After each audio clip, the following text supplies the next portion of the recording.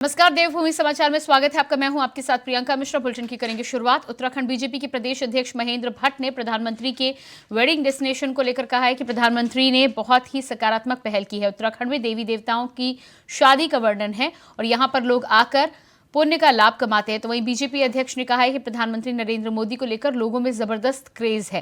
PM जब भी जनता से अपील करते हैं तो यह अपील एक आंदोलन बन जाता है। आपको बता दें कि देहरादून में इन्वेस्टर समिट के उद्घाटन के दौरान पीएम मोदी ने कहा था कि विदेशों में जाकर शादी करना हमारे देश के धन्ना सेठों के लिए फैशन बन गया है। पीएम सभी से अपील की कि उत्तराखंड को वेडिंग के लिए डेस्टिनेशन बनाया जाए। देखिए, उत्तराखंड के हर मंदिर में विवाह का अलग ही पुण्य मिलता है और अनेकों लोग आते भी हैं। उसको व्यापक स्वरूप देने के लिए मैं प्रधानमंत्री जी का यथेष्ट आभार व्यक्त करता हूँ कि प्रधानमंत्री जी ने उत्तराखंड के अंदर शिव शंकर पार्वती का विवाह यहाँ होता है। कृष्ण के परिवार का उधर अपना गुप्त काशी में ऊखीमठ में उषा और प्रहलाद का विवाह होता है। ऐसे अनेकों उदाहरण हैं जिन उदाहरणों को लेते हुए मोदी जी ने तो 4 चांद लगाने काम किया है। और आह्वान क्या है भारतवर्ष के ऐसे बड़े उद्यमियों का, ऐसे बड़े सेठ परिवारों का कि उत्तराखंड ऐसा स्थान है जहां आपके परिवार को लंबे समय तक संपन्नता के लिए, दीर्घायु के लिए अगर आशीर्वाद मिल सकता है, शिव की भूमि पर मिल सकता है। इसलिए उन्होंने कहा कि यहाँ विवाह के लिए उत्तराखंड में लोग हैं। विकसित भारत संकल्प यात्रा का राज्य में सफल संचालन करने के लिए मुख्यमंत्री पुष्कर सिंह धामी ने सचिवालय में बैठक लेते हुए अधिकारियों को दिशा निर्देश दिए कि सरकार की योजनाओं को आम जन तक पहुंचाने के लिए इस अभियान को मिशन मोड में ले। उन्होंने वर्चुअल माध्यम से जुड़े सभी जिला अधिकारियों को निर्देश दिए कि इस अभियान को सफल बनाने के लिए जनपद स्तर पर एक नोडल अधिकारी नियुक्त किया जाए, उनसे रिपोर्ट भी ली जाए। साथ ही मुख्यमंत्री ने यह भी कहा कि प्रधानमंत्री नरेंद्र मोदी के विजन के अनुरूप विकसित भारत संकल्प यात्रा उन लोगों तक पहुंचने में बड़ा माध्यम बन गई है जो अब तक सरकारी योजनाओं से नहीं जुड़ पाए थे।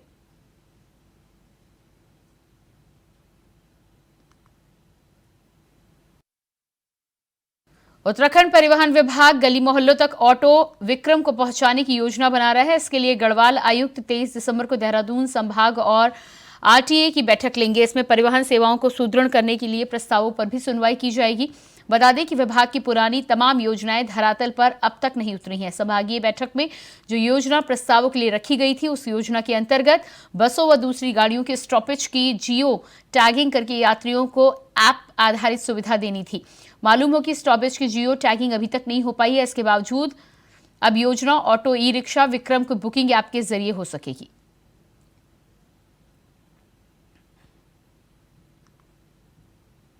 दिसंबर को जो बैठक है उसमें सबसे इम्पोर्टेंट बिंदु तो ये अर्बन मोबिलिटी से संबंधित है, जिसमें हम कुछ नए रूट्स को भी हम लोग नोटिफाई करवा रहे हैं। इसके अलावा हम लोग ये सुनिश्चित कर रहे हैं कि ट्रैफिक कॉन्जेशन ना हो, उसके लिए हम लोग विक्रम टेम्पो के कुछ रूट्स को डाइवर्ट कर रहे हैं जिससे घंटा घर के आसपास के क्षेत्र में कोई भी जाम की स्थिति उत्पन्न ना हो। इसके अलावा जो ई रिक्शा के संबंध में भी हम लोग विचार विमर्श कर रहे हैं और हम लोग ऑटो के परमिटों के बारे में भी सोच रहे हैं, जबकि कई ई रिक्शा वालों ने हमारे पास आकर रिक्वेस्ट करी है और विभिन्न माध्यमों से वो एप्लीकेशंस दिए कि वो सीएनजी के ऑटो लगाना चाहते हैं जिससे कि दूर दूर के क्षेत्र तक लोगों को आने जाने की सुविधा मिल सके।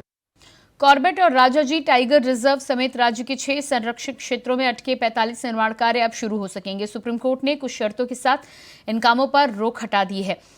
वन विभाग के मुखिया प्रमुख वन संरक्षक अनूप मलिक ने इसकी जानकारी दी है। कोर्ट ने अब तक साफ किया है कि वो कार्य वन विभाग की ओर से बताए गए हैं और जो वन विभाग वन्यजीव संरक्षण के लिए जरूरी है केवल वही कार्य किए जाए। साथ ही राजाजी व कॉर्बेट टाइगर रिजर्व समेत 6 संरक्षित क्षेत्रों में होने वाले 45 आवश्यक कार्यों की सूची भी दी गई है। हाल ही में इस मामले में सुप्रीम कोर्ट ने पुराने आदेश में संशोधन करते हुए 45 कार्यों पर लगी रोक हटाई थी। इससे वन विभाग को राहत मिली है।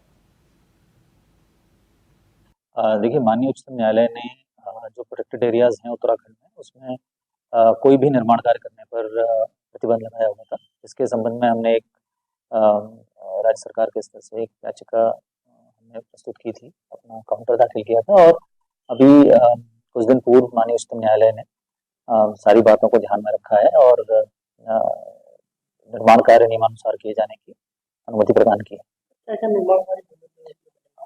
देखिए, इस वर्ष जैसे आप जानते हैं कि बारिश की वजह से मानसून के बाद भी काफी बारिश हुई है और कॉर्बेट टाइगर रिजर्व और अन्य जो हमारे प्रोटेक्टेड एरियाज हैं उनमें भी जो रोड्स हैं, जो फॉरेस्ट कनेक्टिविटी जहाँ पे रहती है, स्पेशली कोर जोन में जो रोड्स हैं उनकी स्थिति वो काफ़ी ख़राब थी।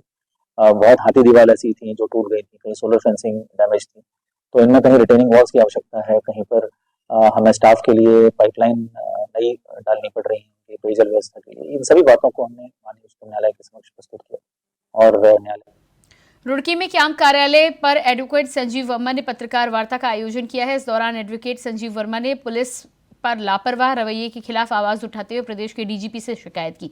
सुनवाई न होने पर 9 जनवरी नॉर्थ बॉर्डर से देहरादून तक पदयात्रा कर ज्ञापन सौंपने की बात कही गई है। पत्रकारों को संबोधित करते हुए एडवोकेट संजीव वर्मा ने कहा है कि पुलिस प्रशासन लोगों के प्रति सही रवैया नहीं अपना रहा है। उनके पास बहुत से ऐसे पीड़ित लोग पहुंचे हैं जिनकी कहीं न सुनवाई नहीं हो रही है और उल्टा उन्हीं पर मुकदमे दर्ज किए जा रहे हैं। सब मामलों को लेकर उन्होंने प्रदेश के मुख्यमंत्री और डीजीपी से मांग की है कि उच्च अधिकारियों से न्याय की गुहार लगाई जाए। इस दौरान अन्य कई मामले के पीड़ित भी पत्रकार वार्ता में मौजूद रहे।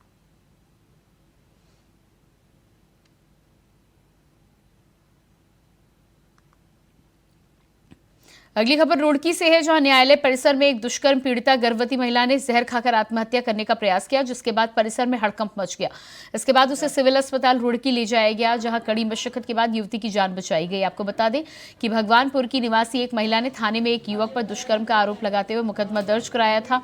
पुलिस ने आरोपी को 9 नवंबर को गिरफ्तार कर न्यायालय में पेश किया। दुष्कर्म के बाद महिला गर्भवती हो गई, जिसके बाद पीड़िता ने कोर्ट में गर्भपात के लिए प्रार्थना पत्र दिया, जिसकी कोर्ट में तारीख चल रही थी। पीड़िता अपने परिवार के साथ कोर्ट पहुंची और इसी दौरान उसने अपने पास रखा जहरीला पदार्थ खा लिया।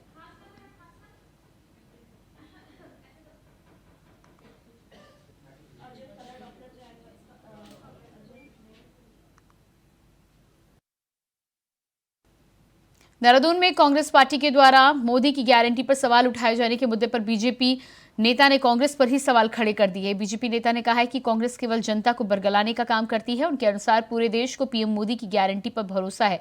कांग्रेस केवल चुनावों के दौरान ये फैसले लेती है, लेकिन मोदी की गारंटी चुनावी नहीं है। उनके अनुसार हमारी सरकार गरीब कल्याण के लिए काम करती है और आगे भी करती रहेगी।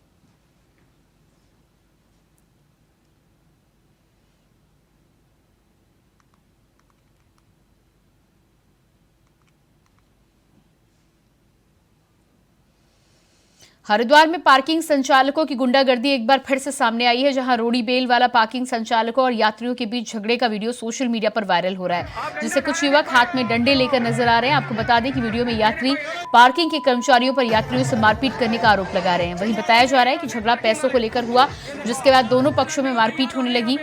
रोड़ी बेल बाला पुलिस चौकी इंचार्ज ने जानकारी दी है कि वीडियो के सामने आने के बाद दोनों पक्षों को बुलाया गया। दोनों का शांति भंग की धाराओं में चालान कर दिया गया है।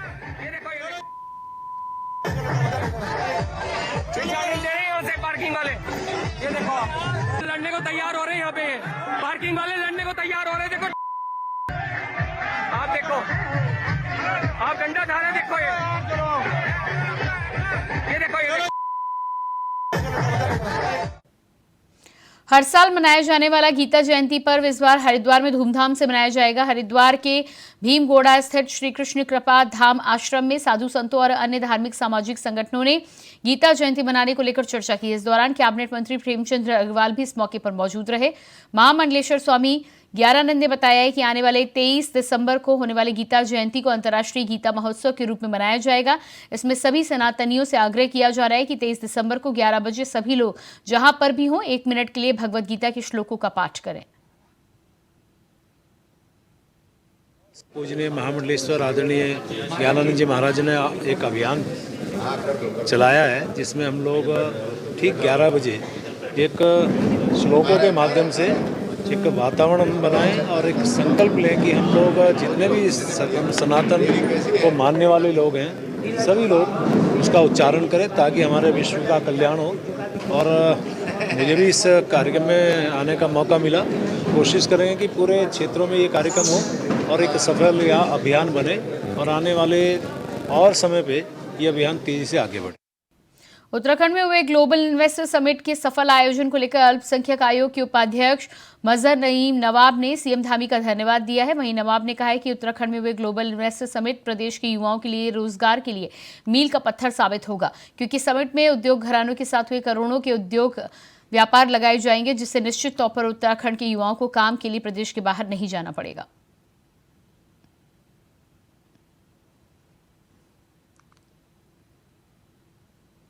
हमारे मुख्यमंत्री पुष्कर सिंह धामी जी जो है वो भी एक युवा मुख्यमंत्री हैं और युवा मुख्यमंत्री की जो सोच है वो युवाओं के लिए जो ऐतिहासिक काम उन्होंने किया है, आज यहाँ निवेशकों को ला करके और इस तरीके से यहाँ उद्योग धंधे और जो युवा हमारा बेरोजगार है उसकी चिंता करके यहाँ रोजगार के अवसर बढ़ाने के लिए उन्होंने लगातार काम किया है। और अभी जो हमारा निवेशकों को बुला करके एक सम्मेलन जिस तरीके से कराया, उस सम्मेलन में एक करोड़ों खरबों रुपए के एमयू जो है पास हुए हैं और लोगों को रोजगार मिलेगा इससे। लोगों को, हमारे बेरोजगार जो आए दिन भागे रहते हैं यहाँ से, आए दिन उनकी पलायन होता है उत्तराखंड से, जो पहाड़ी क्षेत्र हमारे बिल्कुल खाली पड़े थे, आज वो पहाड़ी क्षेत्रों में हर क्षेत्रों में छोटे छोटे उद्योग लगा करके रोजगार के अवसर ढूंढे जा रहे हैं। डोईवाला व हरावाता चौकी क्षेत्र में बीती रात मंदिर के गेट पर एक विशेष समुदाय का युवक पेशाब करता हुआ नजर आया। इसी के साथ इस युवक ने मंदिर में पत्थर फेंककर कांच भी तोड़ दिया। ये सारी वारदात सीसीटीवी कैमरे में कैद हो गई। इससे स्थानीय लोग और हिंदू संगठन रोष में है। वहीं देहरादून एसएसपी अजय सिंह ने मामले की जानकारी देते हुए बताया कि युवक मानसिक रूप से विक्षिप्त लग रहा है। हिंदू संगठनों की तहरीर पर विभिन्न धाराओं के तहत मुकदमा दर्ज कर लिया गया है, जांच की जा रही है। एसएसपी ने कहा कि युवक की तलाश की जा रही है। धर्म चाहे कोई भी हो, किसी की आस्था के साथ खिलवाड़ करना गलत है, फिर चाहे वो हिंदू हो या मुस्लिम, सिख या ईसाई। देखिए, हर्रावाला में एक धार्मिक स्थल है जहां पर देर रात्रि एक व्यक्ति जो है वहां पर आपत्तिजनक उसने कृत्य किया, उसके बाद पत्थर चलाया, जो सुबह एक सीसीटीवी कैमरे में दिखाई दिया। तो पूरा सीसीटीवी फुटेज देखने पर लगता है कि जो व्यक्ति है वो कहीं ना कहीं दिमागी रूप से बैलेंस नहीं लगा, लेकिन फिर भी चूंकि इस तरह की घटना की है जो कहीं ना कहीं आपत्तिजनक भी है, कानून के विरुद्ध भी है, तो तत्काल अज्ञात के विरुद्ध मुकदमा दर्ज कर दिया है और आगे उसकी तलाश की जा रही है। रुड़की के पिरान कलियर के गांव महमूदपुर की रहने वाली महिला अपने पति और 3 मासूम बच्चों के साथ 4 महीने से धरने पर बैठी है। महिला का आरोप है कि उसके पति मानसिक रूप से बीमार है, जिनका इलाज चल रहा है। बीमारी का लाभ उठाकर रिश्तेदार के लड़के ने धोखे से अपने नाम जमीन का बैनामा करा लिया और जमीन को किसी कंपनी से ऊंचे दामों में बेच दिया है। महिला ने मामले को लेकर आला अधिकारियों तक इंसाफ की गुहार लगाई है, लेकिन महिला को इंसाफ नहीं मिल रहा है, जिसकी वजह से महिला रुड़की तहसील परिसर ज्वाइंट मजिस्ट्रेट ऑफिस के सामने जुलाई से धरने पर बैठी है, लेकिन महिला की फरियाद सुनने वाला कोई नहीं है। मामले में ज्वाइंट मजिस्ट्रेट देवेश शशानी ने बताया कि मामला संज्ञान में आया है, जांच कर कार्रवाई की जाएगी।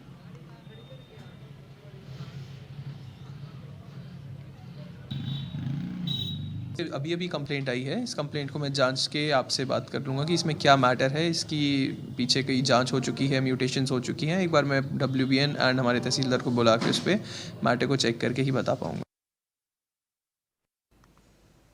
अगली खबर रामनगर से है, जहां स्वर्गीय रामदास जोशी राजकीय संयुक्त चिकित्सालय को गरीबों की बेहतर सुविधाएं देने के लिए इसको PPP मोड पर कर दिया गया है, लेकिन जब से अस्पताल PPP मोड पर आया है तब से स्वास्थ्य सुविधाओं को लेकर लगातार चर्चाओं में बना हुआ है। अस्पताल की बदहाल स्वास्थ्य सुविधाओं को लेकर कई बार धरना प्रदर्शन भी किया जा चुका है, लेकिन गरीब जनता आज तक इस अस्पताल की कमियों का खामियाजा भुगत रही है।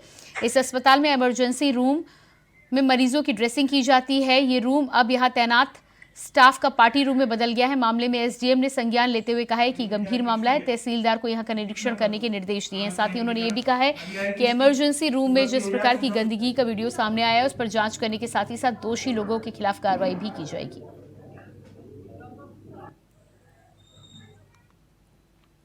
उत्तराखंड के मुख्यमंत्री पुष्कर सिंह धामी के द्वारा प्रदेश की सड़कों को गड्ढा मुक्त बनाने के लिए अभियान चलाया गया, जिसमें सभी विभाग के जिम्मेदार अधिकारियों को दिशा निर्देश दिए गए कि अपने क्षेत्र का निरीक्षण कर टूटी फूटी सड़कों को रिपेयर कर प्रदेश को गड्ढा मुक्त बनाया जाए। उस आदेश का पालन करते हुए जसपुर नगर पालिका के अधिशासी अधिकारी शाहिद अली ने नगर पालिका क्षेत्र में आने वाली सभी सड़कों को गड्ढा मुक्त कर मुख्यमंत्री धामी के आदेशों का पालन किया है।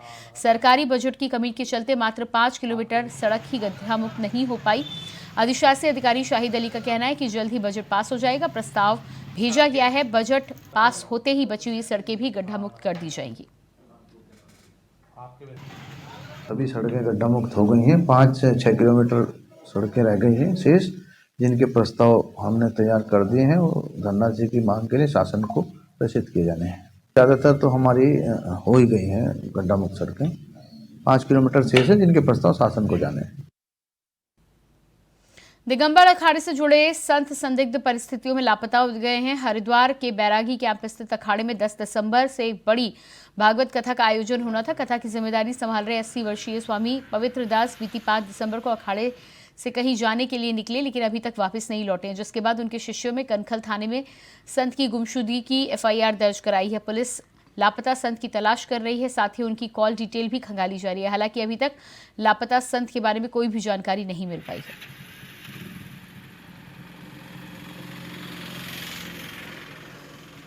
तो आपको जानकारी दे दें कि दिगंबर अखाड़े के संत के लापता होने के बाद FIR दर्ज की गई है। भगवत कथा से पहले ये संत लापता हुए हैं। ऐसे में तमाम समर्थकों में हड़कंप का माहौल है। FIR दर्ज करने के बाद पुलिस ने जल्द ही उन्हें खोज निकालने की बात कही है। सूचना आई थी कि एक बुजुर्ग हैं महंत, उनको कथा भी यहाँ पे करनी थी और अचानक वो मिल नहीं रहे थे, तो एक एप्लीकेशन आई है जिस पे गुमशुदगी दर्ज कर ली गई है और आगे की कार्रवाई की जा रही है कि उनके बारे में कि कहाँ गए थे और कैसे हुआ, और जो आश्रम में उनके साथ वाले उनसे भी पूछताछ की जा रही है। यूनिफॉर्म सिविल कोड या समान नागरिक संहिता में देश के सभी धर्मों समुदायों के लिए एक समान बराबर कानून बनाने की वकालत की गई है। आसान भाषा में कहें तो इससे कानून का मतलब है कि देश में सभी धर्मों समुदायों के लिए कानून एक समान होगा। वहीं इसे लेकर काफी सवाल उठ रहे हैं कि आखिर कब इसे लागू किया जाएगा। यूनिफॉर्म सिविल कोड की चर्चाओं ने एक बार फिर रफ्तार पकड़ ली है। सीएम पुष्कर सिंह धामी ने अपने इस बयान से ये संकेत दे दिया है कि उत्तराखंड UCC को लागू करने वाला पहला राज्य बनने जा रहा है। ऐसे में सवाल ये कि क्या अगर उत्तराखंड में लोकसभा चुनाव से पहले UCC लागू होता है तो इसका सीधा फायदा उत्तराखंड की 5 संसदीय सीटों पर भी बीजेपी की फतह सुनिश्चित कर लेगा, जिसको लेकर उत्तराखंड के मुख्यमंत्री पुष्कर सिंह धामी ने एक बार फिर UCC पर बयान दिया है। मुख्यमंत्री ने कहा है कि चुनाव के बाद समान नागरिक संहिता पर राज्य सरकार ने काम शुरू कर दिया था और इसका ड्राफ्ट तैयार हो चुका है। जैसे ही समिति ड्राफ्ट राज्य सरकार को सौंपेगी, इसके बाद आगे की कार्रवाई की जाएगी। देखिए, UCC का काम इस विधानसभा चुनाव के उत्तराखंड के विधानसभा चुनाव के संपन्न होते ही हमने उस पर काम करना शुरू किया था, क्योंकि ये हमारा उत्तराखंड की देवतुल्य जनता के सामने हमारा संकल्प था कि हम UCC को लाएंगे, और उसके लिए कमेटी बनाई थी। कमेटी ने अपना काम कर लिया है। जल्दी ही हमको ड्राफ्ट मिलेगा और ड्राफ्ट मिलते ही जो आगे की प्रक्रिया हम उसको पूरा करेंगे। सीएम धामी के इस बयान के बाद राजनीति एक बार फिर तूल पकड़ने लगी है। कांग्रेस राज्य सरकार को UCC कानून विलंब होने के कारण घेरते हुए नजर आ रही है। वहीं बीजेपी कांग्रेस के आरोपों को निराधार बता रही है, यानी UCC पर सियासी युद्ध जारी है। देखिए, UCC को लेकर के धामी सरकार लगातार बयानबाजी कर रही है और बयानबाजी से आगे तो बढ़ ही नहीं रही है। कांग्रेस पार्टी पहले भी कह चुकी है कि संविधान की भावना के अनुसार लोकसभा में ये बिल आना चाहिए, क्योंकि राज्य में इस बिल के लाने का औचित्य क्या है? आप बताइए ना, उत्तराखंड की बाउंड्री के बाहर ये बिल कहाँ प्रभावी होगा? और यहाँ भी आप केवल बयानबाजी कर रहे हैं। पहले जो है UCC कमेटी की चेयरमैन कहती है कि हमने बिल सरकार को सौंप दिया, उसके बाद जो है आप समय बढ़वाते हैं, और समय बढ़ाने के बाद भी सरकार कई बार कह चुकी कि जो है हम बिल ला रहे हैं, तो वो बिल है कहाँ? उसका मसौदा क्या है? उसका ड्राफ्ट कहाँ है? ये तो पब्लिक को पता लगना चाहिए ना। देखिए, कांग्रेस मुझे नहीं लगता कि कोई आधार वाली बातें करती है। लगातार निराधार बात करने के लिए अगर फेमस किसी को माना जाए तो वो कांग्रेस को माना जाएगा, क्योंकि सिर्फ हवाई बातें वो करती चली आ रही है। लेकिन भारतीय जनता पार्टी उस सिद्धांत पर चलती है कि किया है और करती रहेगी सिर्फ भाजपा, और उसी पर UCC के लिए जो हमारे मुख्यमंत्री श्री पुष्कर सिंह धामी जी ने बोला है, जिस प्रकार से उन्होंने महिलाओं के 36 आरक्षण के बिल को बोला और उसको पारित करा, उसी प्रकार से UCC को भी बोला और वो निश्चित तौर पे पारित होगा, जल्द ही पारित होगा। अभी चुनाव चल रहे थे, फिर उसके बाद अभी इन्वेस्टर्स मीट हुई है, इन सब चीज़ों में फिर सिलकियारा का कांड हुआ है, तो इन सब चीज़ों में लगातार बिजी रहते चले आए। ड्राफ्ट तैयार है, अभी वहाँ राज्य सरकार को सौंपा जाएगा। जैसे ही निकल कर बात आती है तो इस पर भी हम खरे ही उतरेंगे।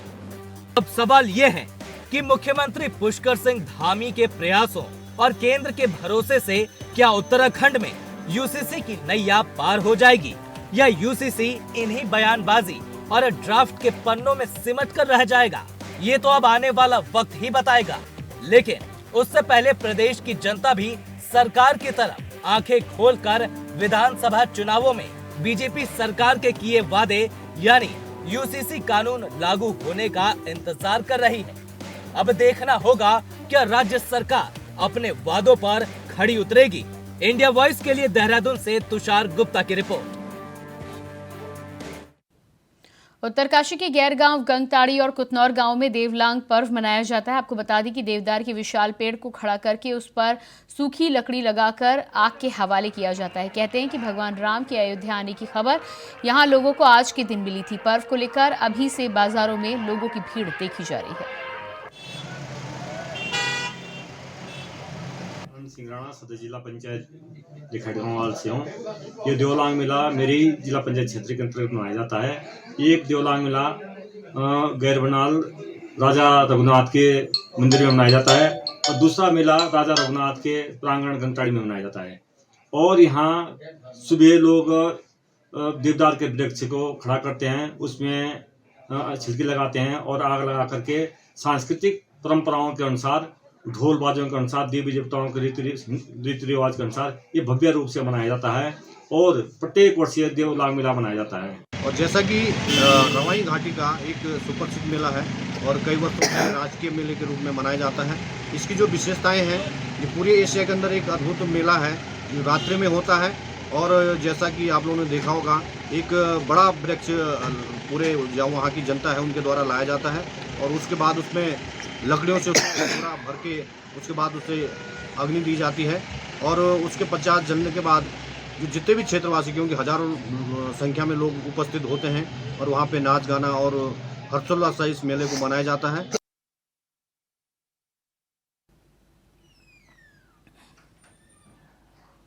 उत्तराखंड बीजेपी के प्रदेश अध्यक्ष महेंद्र भट्ट ने कांग्रेस के नेता के घर पर मिली रकम को लेकर हमला बोला है, जिस पर कांग्रेस की मुख्य प्रवक्ता गरिमा दसोनी ने पलटवार किया। उनका साफ कहना है कि साहू का यह निजी मामला है, जांच का विषय है। जांच रिपोर्ट सामने आने के बाद ही कोई कार्रवाई की जा सकती। साथ ही दसोनी ने बीजेपी पर निशाना साधते हुए कहा कि कुछ समय बाद अगर साहू बीजेपी में शामिल हो जाते हैं तो उन्हें कुछ नेताओं की तरह क्लीन चिट दे दी जाएगी। बीजेपी में शामिल होने के बाद नेताओं पर कार्रवाई बंद हो जाती है, जिस पर उन्होंने हेमंत बिस्वा शर्मा का उदाहरण दिया। उत्तराखंड भाजपा प्रदेश अध्यक्ष महेंद्र भट्ट ने आज कांग्रेस के झारखंड से सांसद साहू के घर पर मिले हुए नकदी के ऊपर हमला बोला है। निश्चित रूप से ये जांच का विषय है और यदि वो आरोपी पाए जाते हैं तो उन पर कार्रवाई भी होनी चाहिए। लेकिन क्या महेंद्र भट्ट बताएंगे कि कल को अगर साहू भाजपा में सम्मिलित हो जाते हैं तो उन्हें पहले वाले डिफॉल्टर्स की तरह क्लीन चिट नहीं दी जाएगी? अगर हम बात करें महाराष्ट्र की, तो महाराष्ट्र में 70,000 करोड़ का घपला घोटाला पकड़ा गया, लेकिन क्योंकि संलिप्त लोग भाजपा में शामिल हो गए तो वो गंगा नहा गए, वो पाक साफ हो गए। और इसी के साथ फिलहाल इस बुलेटिन में इतना ही। खबरों का सिलसिला जारी रहेगा। नमस्कार।